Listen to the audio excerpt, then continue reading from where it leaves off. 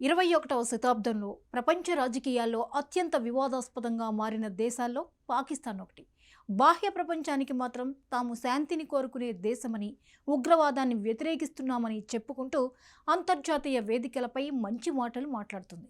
కానీ ఆ మాటలకు, ఆచరణకు మధ్య చాలా పెద్ద తేడా కనిపిస్తోంది. ఒకవైపు అమెరికా వంటి దేశాలతో కలిసి టెర్రరిజానికి వ్యతిరేకంగా సంయుక్త సైనిక విన్యాసాలు చేస్తూ, మరోవైపు తమ దేశంలోనే ఉగ్రవాద సంస్థలకు వేదికలు కల్పిస్తూ బహిరంగ సభల్లో భారత్పై ద్వేషాన్ని చిమ్మే ప్రసంగాలకు అవకాశం ఇస్తోంది.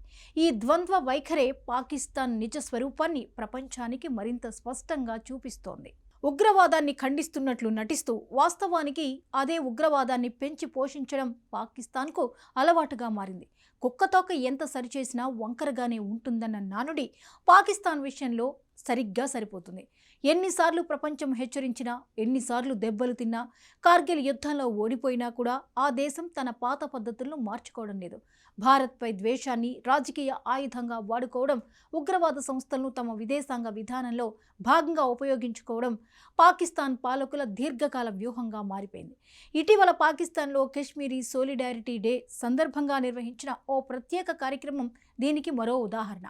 ఈ కార్యక్రమానికి ఆ దేశంలోని ప్రముఖ రాజకీయ నాయకులతో పాటు లష్కరే తోయిబా అనే అంతర్జాతీయంగా నిషేధిత ఉగ్ర సంస్థకు చెందిన కమాండర్ సయ్యద్ అబ్దుల్ రెహమాన్ నఖ్వీ కూడా హాజరయ్యాడు. బహిరంగ వేదికపై నిలబడి అతను భారత్పై తీవ్ర వ్యాఖ్యలు చేస్తూ ద్వేషాన్ని చిమ్ముతూ ప్రగల్భాలు పలికాడు. భారత్ను ముక్కలు ముక్కలుగా చేస్తామని, ఆగ్రాకు నిప్పు పెడతామని, దక్కన్ను మండిస్తామని, ఢిల్లీని షేక్ చేస్తామని అన్న మాటలు అతని అసలైన ఉద్దేశాలను స్పష్టంగా చూపిస్తాయి. ఇలాంటి వ్యాఖ్యలు కేవలం ఒక ఉగ్రవాది వ్యక్తిగత అభిప్రాయాలుగా చూడలేం. ఎందుకంటే అతనికి ఆ వేదికను కల్పించింది పాకిస్తాన్ ప్రభుత్వ వ్యవస్థే. రాజకీయ నాయకులు పక్కనే కూర్చుని ఉండగా ఒక ఉగ్ర సంస్థ నాయకుడు ఇలా మాట్లాడడం అంటే అది అధికారికంగా అంగీకరించినట్లే. అబ్దుల్ రెహమాన్ నఖ్వీ లష్కరే తోయిబా చీఫ్ హఫీజ్ సయ్యద్కు అత్యంత సన్నిహితుడు.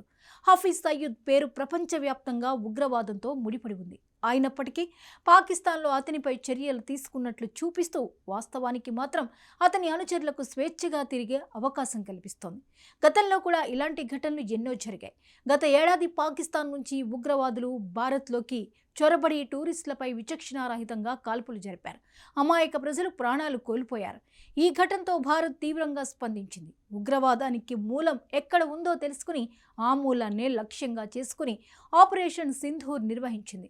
పాకిస్తాన్లో ఉన్న ఉగ్రవాద స్థావరాలను ధ్వంసం చేసి ఇది కేవలం ట్రైలర్ మాత్రమేనని, అవసరమైతే ఇంకా కఠినంగా స్పందిస్తామని హెచ్చరించింది. అయినా కూడా పాకిస్తాన్ తీరు మారడం లేదు. ప్రపంచం ముందు మాత్రం శాంతి ముసుగులో నటిస్తూ లోపల మాత్రం ఉగ్రవాదులను బహిరంగంగా ప్రోత్సహిస్తోంది. ఉగ్రవాదులు మాట్లాడే వేదికలకు రాజకీయ నేతలే అతిథులుగా హాజరవుతుండడం అంటే ఇది కేవలం కొన్ని గుంపుల చర్య కాదని, ప్రభుత్వ వ్యవస్థలోనే ఉగ్రవాదానికి మద్దతు ఉందని అర్థం. అంతర్జాతీయ ఒత్తిడి వల్ల కొన్ని ఉగ్ర సంస్థలను నిషేధించినట్లు చూపించినా వాస్తవంగా మాత్రం వారి కార్యకలాపాలు కొనసాగుతూనే ఉన్నాయి. పేర్లు మార్చడం, సంస్థల రూపం మార్చడం, కానీ లక్ష్యం మాత్రం అదే ద్వేషం, అదే హింస. పాకిస్తాన్ సమస్య ఇక్కడితో ఆగదు. ఆ దేశంలో ఉగ్రవాదాన్ని ఒక వ్యూహాత్మక ఆయుధంగా చూసే దృష్టికోణం బలంగా ఉంది. తమ అంతర్గత సమస్యలను, ఆర్థిక సంక్షోభాన్ని, రాజకీయ అస్థిరతను కప్పిపుచ్చుకోవడానికి భారత్పై ద్వేషాన్ని రెచ్చగొట్టడం ఒక సాధారణ పద్ధతిగా మారింది. ప్రజలను భావోద్వేగాలతో మభ్యపెట్టి దేశం ఎదుర్కొంటున్న అసలైన సమస్యల నుంచి దృష్టి మళ్లించేందుకు ఉగ్రవాదాన్ని, కాశ్మీర్ అంశాన్ని ఉపయోగించుకుంటున్నారు. అంతర్జాతీయ సమాజం కూడా పాకిస్తాన్ ద్వంద్వ వైఖరిని గుర్తిస్తోంది. ఐక్యరాజ్యసమితి, ఫైనాన్షియల్ యాక్షన్ టాస్క్ ఫోర్స్ వంటి సంస్థలు ఎన్నిసార్లు హెచ్చరించినా కొంతకాలం మాటలతో సరిపెట్టుకుని మళ్లీ పాతదారిలోకి వెళ్ళిపోతుంది. ఉగ్రవాదాన్ని అరికట్టాలంటే ముందుగా మనసులో మార్పు రావాలి. కానీ పాకిస్తాన్ పాలకుల మనసులో ఇంకా ద్వేషమే, ప్రతీకార భావమే ప్రధానంగా కనిపిస్తోంది. భారత్ విషయంలో పాకిస్తాన్ చేసే ఈ వ్యాఖ్యలు, ఈ చర్యలు కేవలం మాటల యుద్ధం మాత్రమే కాదు, ఇవి ప్రాంతీయ శాంతికి పెద్ద ముప్పుగా మారుతున్నాయి. దక్షిణాసియాలో శాంతి నిలవాలంటే పాకిస్తాన్ తన ఉగ్రవాద విధానాన్ని పూర్తిగా విడిచిపెట్టాలి. కానీ ఇప్పటి వరకు చూస్తే ఆ దేశం తన పాత అలవాట్లను మార్చుకునే సూచనలు కనిపించడం లేదు. ఒక్కసారి కాదు, పదే పదే అదే తప్పు చేస్తూ మళ్ళీ మళ్ళీ ప్రపంచం ముందు అబద్ధాలు చెబుతూ ఉగ్రవాదాన్ని పెంచి పోషిస్తోంది. మొత్తానికి పాకిస్తాన్ వ్యవహారం చూస్తే మాటల్లో శాంతి, చేతల్లో హింస అనే విధానం స్పష్టంగా కనిపిస్తోంది. ఉగ్రవాదాన్ని ఖండిస్తున్నట్లు నటిస్తూ అదే ఉగ్రవాదానికి బహిరంగంగా మద్దతు ఇవ్వడం ప్రపంచానికి పెద్ద మోసం. ఇది కేవలం భారత్కే కాదు, మొత్తం ప్రపంచ శాంతికి సవాల్గా మారింది. పాకిస్తాన్ నిజంగా మారకపోతే ఇలాంటి ఘటనలు కొనసాగుతూనే ఉంటాయి.